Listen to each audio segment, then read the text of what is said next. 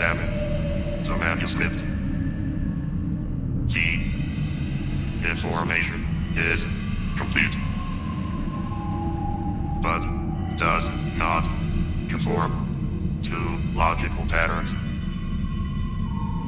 Flesh cannot be mutated into stone and remorphed back to the body once again. Continue the investigation with special attention given to one word. Magica.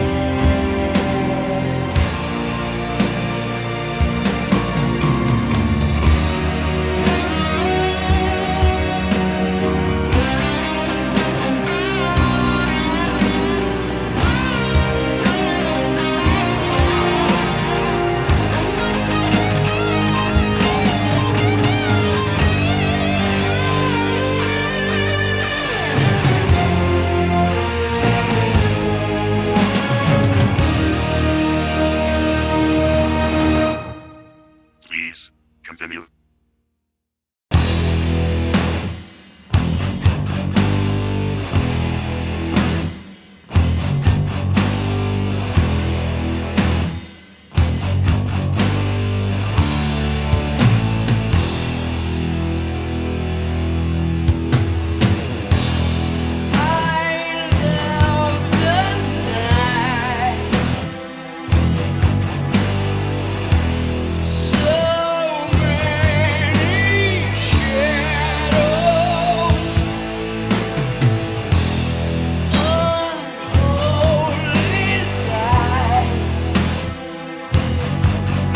Off the spot, leave 'em in the dark forever.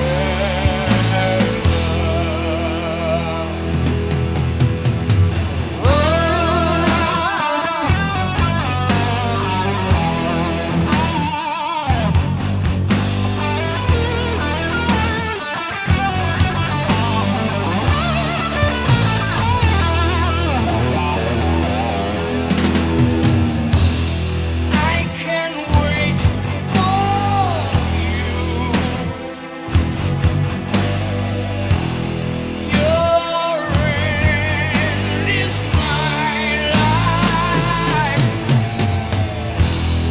All lies are true. Secrets of the heart, you can take them all to heaven.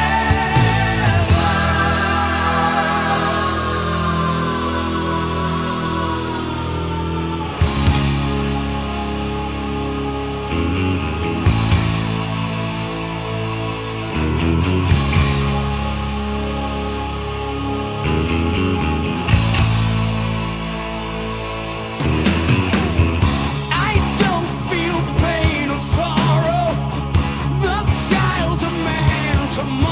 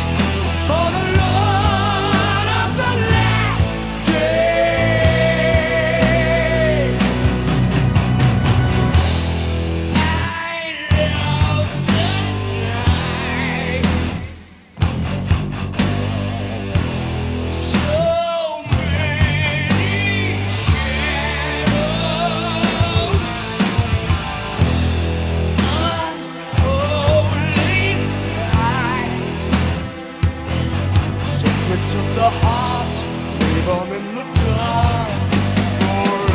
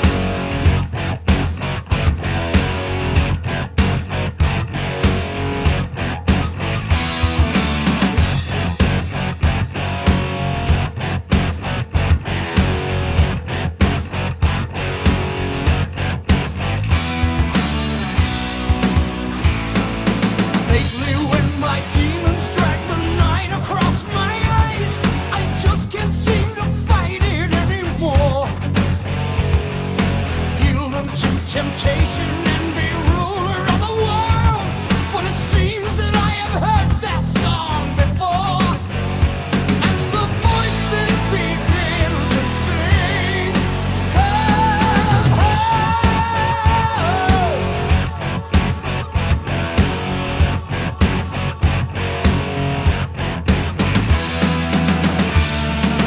I have seen some evil as I've walked upon the earth. This is way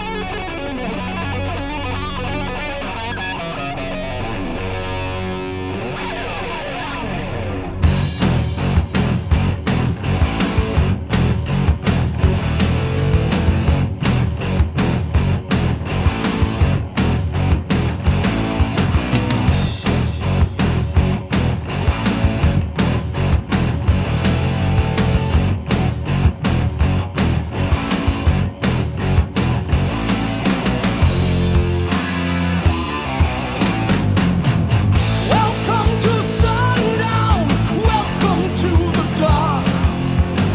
Could be that evil has heroes. Bring everybody down. Celebration, passing of the light. Giving up your spirit to the night. You turn to stone. Just forever,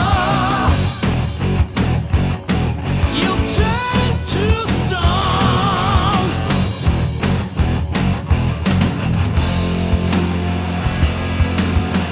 Here comes the fire, we'll burn it to the ground. Inside the page lies the power. We turn it all around. Celebration, words have control to take away your heart and your soul. You turn to stone. Just forever. You turn to stone.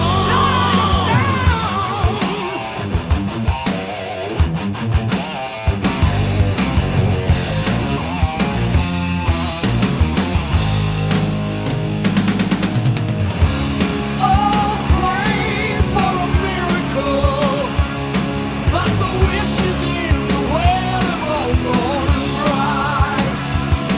There's no way for a miracle. It's not the way you live, it's how you'll die.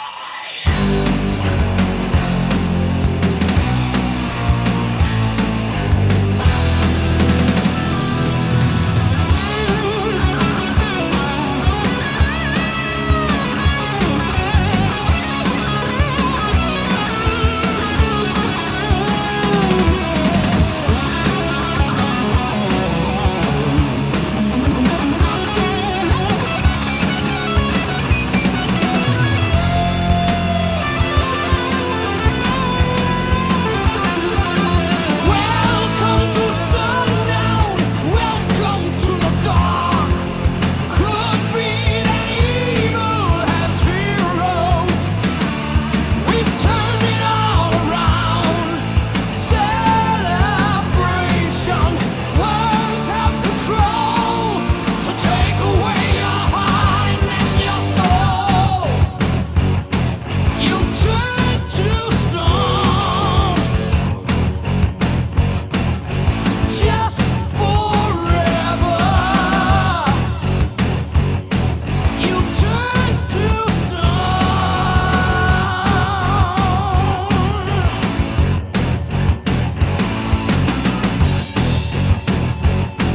You turn to stone.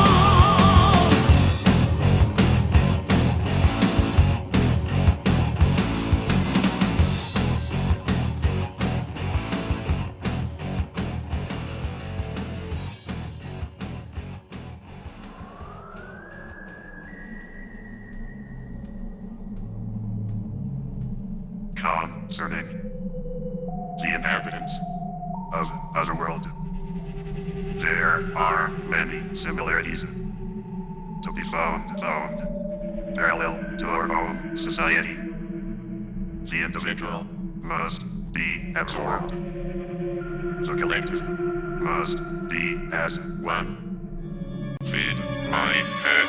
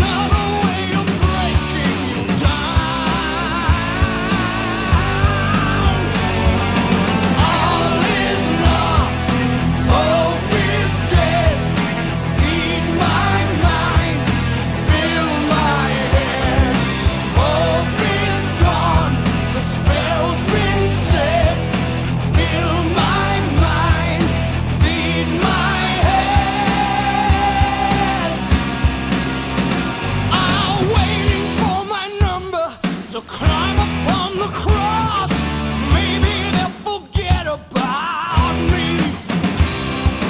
Master void detection, but they say you still go down.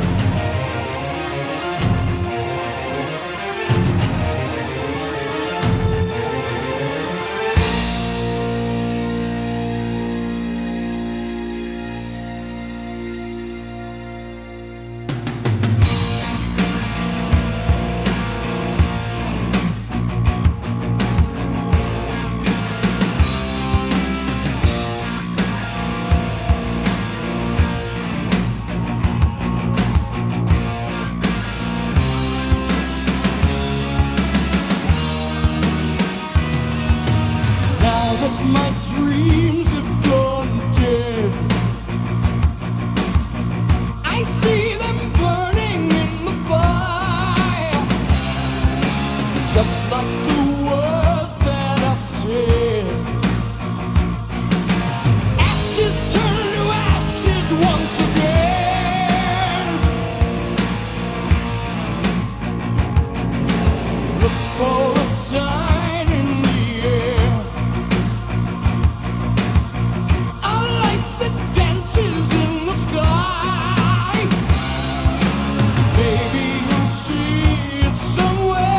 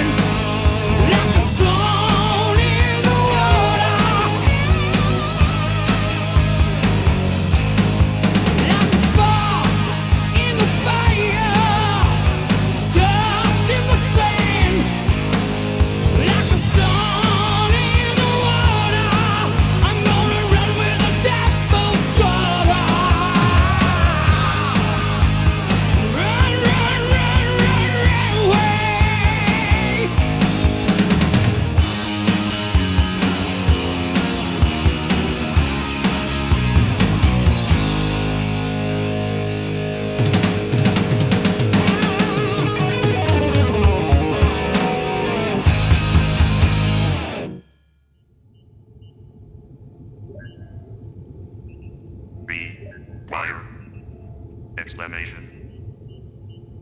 What is love? Who is love? When is love? Where is love? Why is love?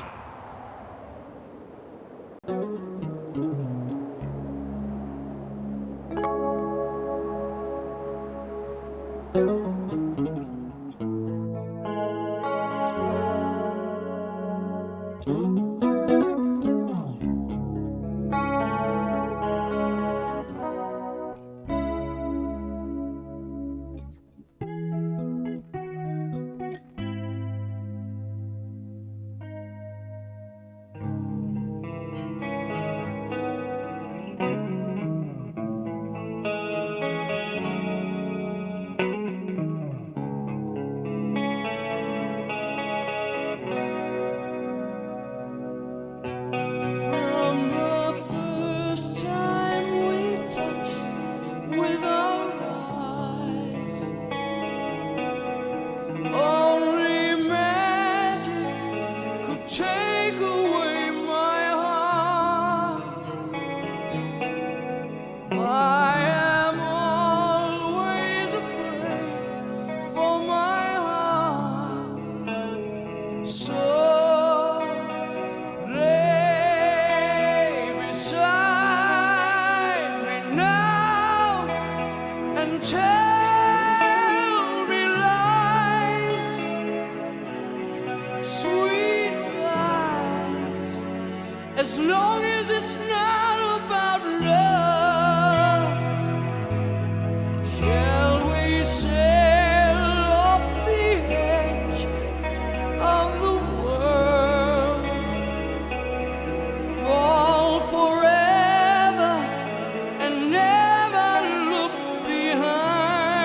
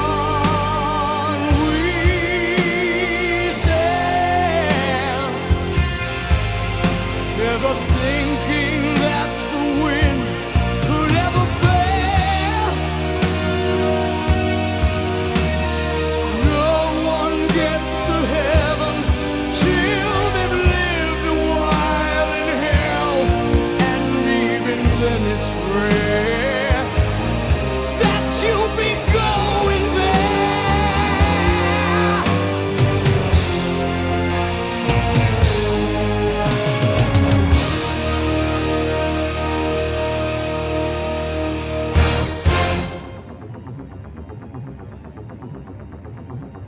Now we understand.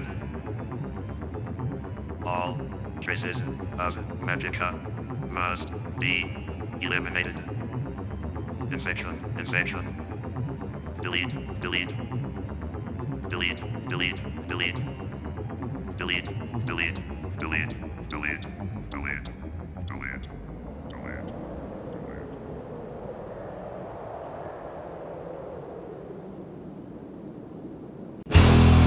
I love the night.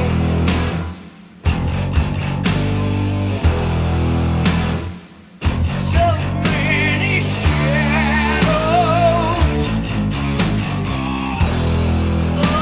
unholy light.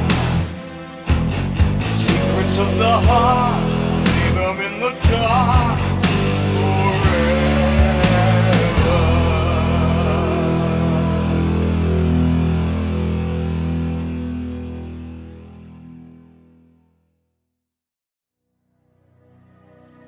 It has been 1,000 years since the once powerful planet of blessing lost its life-giving two suns, and countless millennia since the days of the great magicians.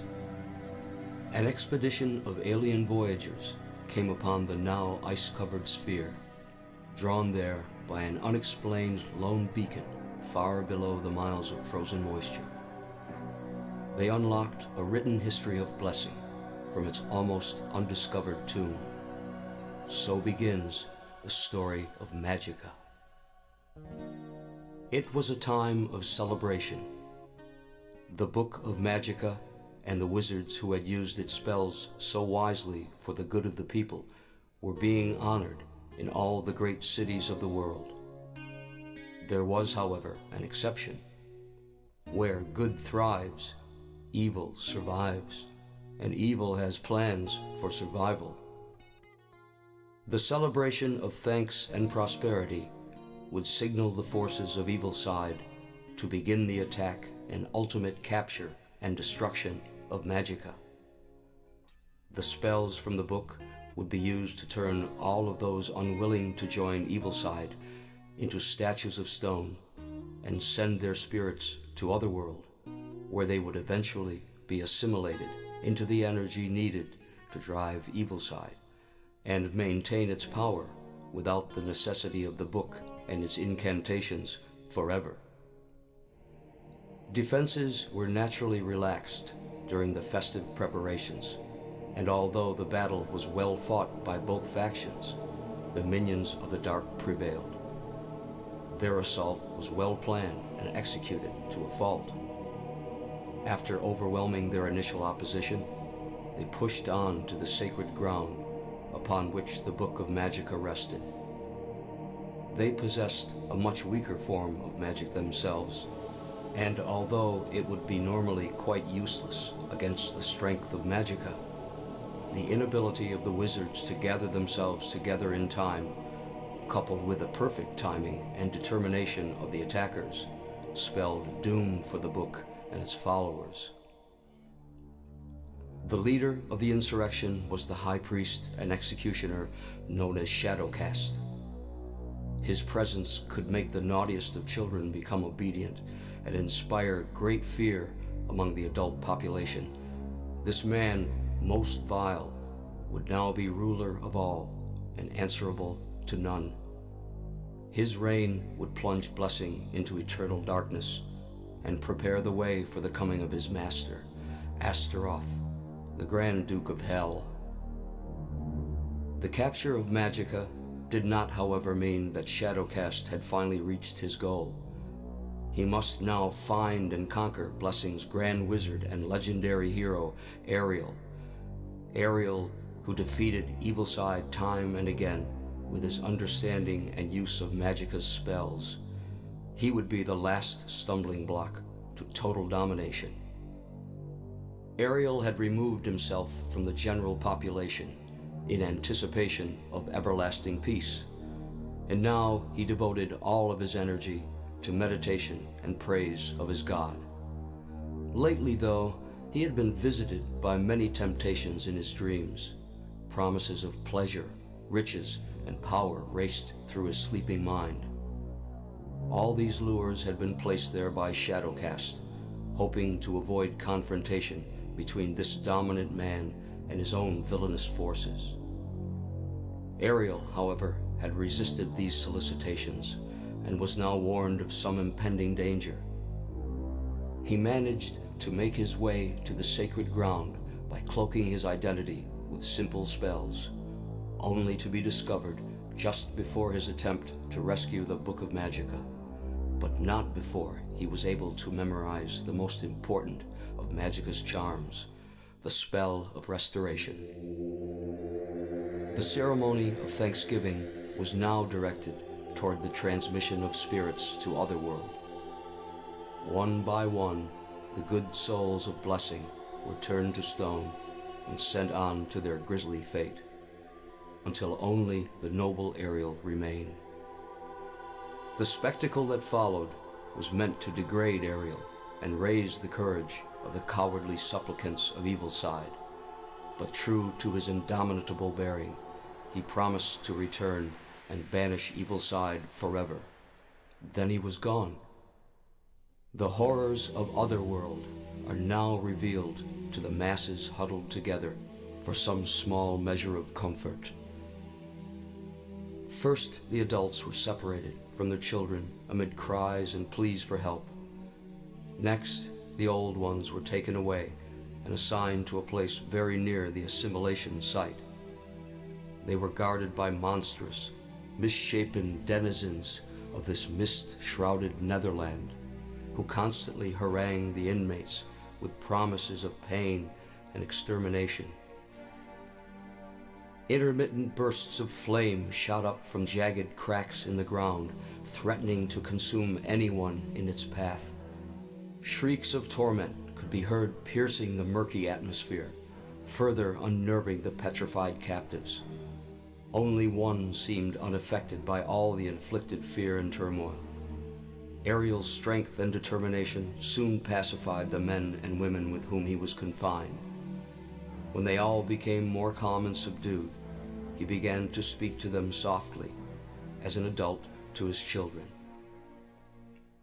Long ago you entrusted me to protect the Book of Magica and to be faithful to its special purpose. It must seem that I have failed you and condemned us all to oblivion, but fear not. This hell is only a test of your faith and resolve. The power of Magica did not vanish in fire. On the third day, I will evoke the spell of restoration. United, we shall return to blessing, and armed with the strength of Magica, we will be triumphant. Many will perish, but Magica and our souls cannot be restored until 3 days have passed. Take heart, my friends. Victory awaits you. Even magic has its limitations, and as Ariel explained to his flock, the spell could not be activated until a waiting period of at least 3 days. 1/3 of the souls of blessing would be melded into the Evilside collective before Ariel could be effective with the words of restoration. The old ones were the first to go. Cries of encouragement and hope were shouted to the condemned as they trudged slowly to their fate. One by one, they were thrown into the assimilation chamber, where a blinding blue spark gave evidence of their demise. With each burst, Ariel's heavy heart ached with guilt for his part in this slaughter of his charges. If only he had not become so complacent, he above all should have never let this tragedy transpire. In the compound holding the young adults, an insurrection of sorts was occurring. A boy of 17 years, called Chalice, was urging an uprising, among his captured companions. Futile though it was, it earned Chalice a place in the cell adjoining Ariel's. His rantings and ravings were soon quelled by Ariel's quiet urging, and the two settled into serious conversation. Ariel knew his time of assimilation was near, and only hoped it would not be scheduled before the 3-day waiting period for restoration was ended. Shadowcast wanted to personally oversee Ariel's termination, but couldn't abandon his duties on Blessing until all was secure. Would there be enough time?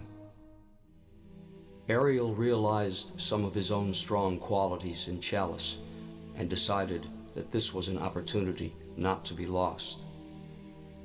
He instructed Chalice to remove all anger from his mind and hate from his heart. Only the pure could receive and transmit this most important of spells.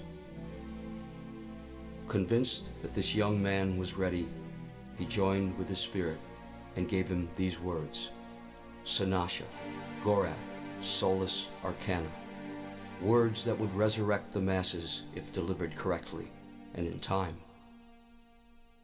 Over 2 days had passed before Shadowcast was ready for travel to Otherworld to deliver Ariel to his fate.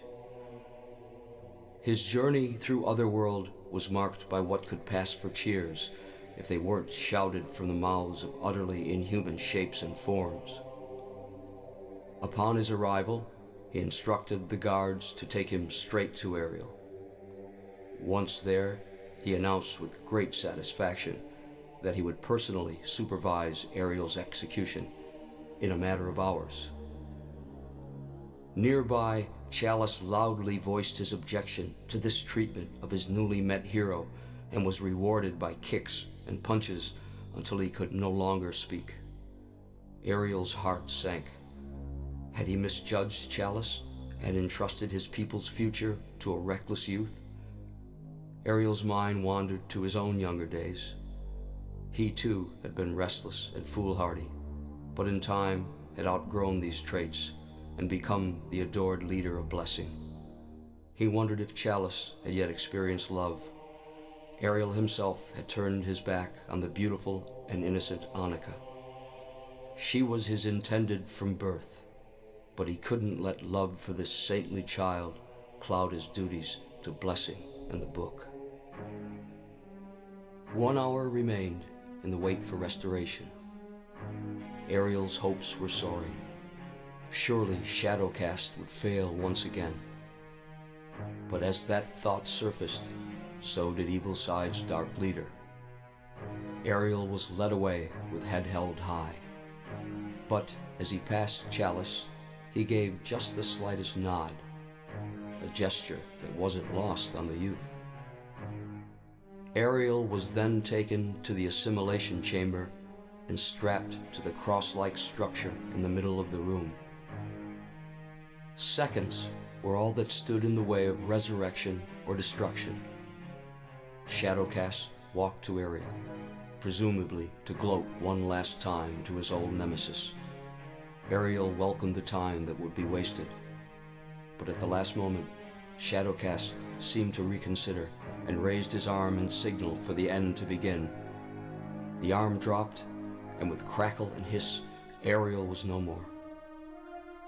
Shadowcast and his minions erupted with joy, never again to be slaves, now to be masters.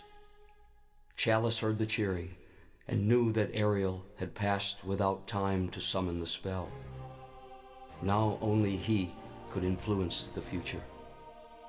He heard the rattling of armor and realized they were coming for him.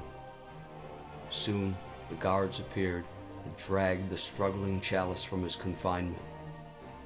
One of his jailers struck him a mighty blow across the face, and suddenly all his anger left him. He was sure of what he must do. Thunder starts from silence, and he would be thunder. Chalice was taken to the chamber and secured to the cross. Shadowcast approached him and asked if he had any last thing to say before assimilation. Chalice smiled and said he did. Then, with an evil laugh, Shadowcast raised his arm and announced that his question was only a final killing joke. It was now or never. As the arm fell in signal, Chalice shouted out the spell, Sanasha, Gorath, Solus, Arcana, and all hell actually broke loose. Chalice and the good folk of Blessing were bathed in an incredible rush of light. Shadowcast and all his wicked throng writhed in agony in the darkness they were spawned from, as the fierce illumination sought them out and consumed each troll, ogre, and gargoyle in a horrible melting frenzy. Shadowcast, hiding in the last black space to be found, watched the light creep irresistibly toward him. At the last moment, he cloaked his body with his unpriestly robe and muttered what sounded like an oath as the light touched the cloth. The robe erupted into flame, and then there was nothing.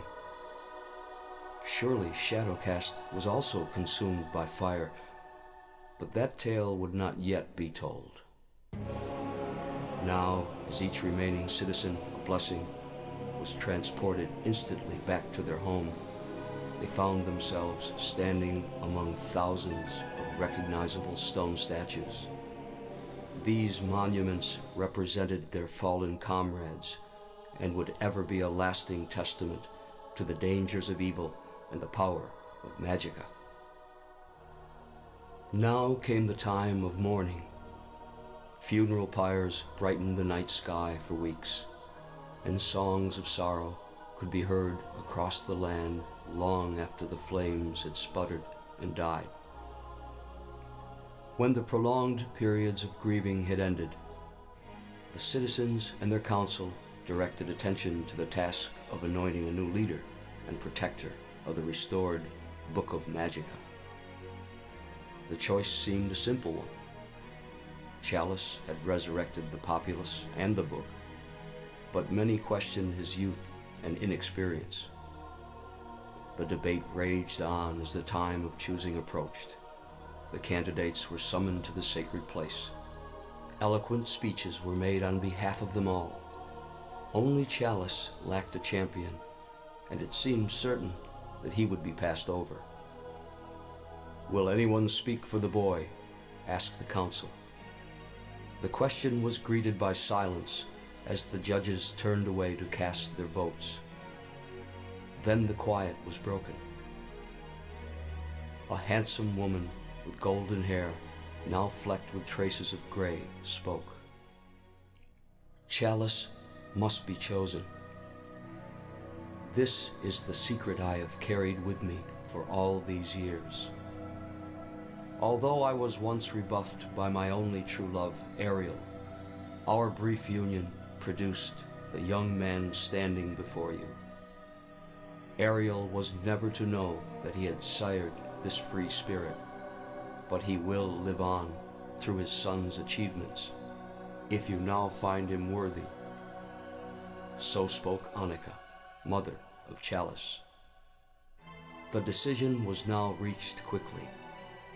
Annika's revelation left little doubt in the minds of the counselors that Chalice should indeed succeed his father. Evilside had been defeated. Shadowcast was hopefully destroyed. Chalice had been chosen to lead his people. And despite the huge number of casualties, the old way of life began again. But evil does not easily die. Shadowcast did indeed survive and persist in his attempts to challenge and conquer Blessing. Great battles would be fought. Brave heroes would rise to the occasion and legends were created. There was, of course, the unforgettable War of the Dark Peace when Chalice but that's another story.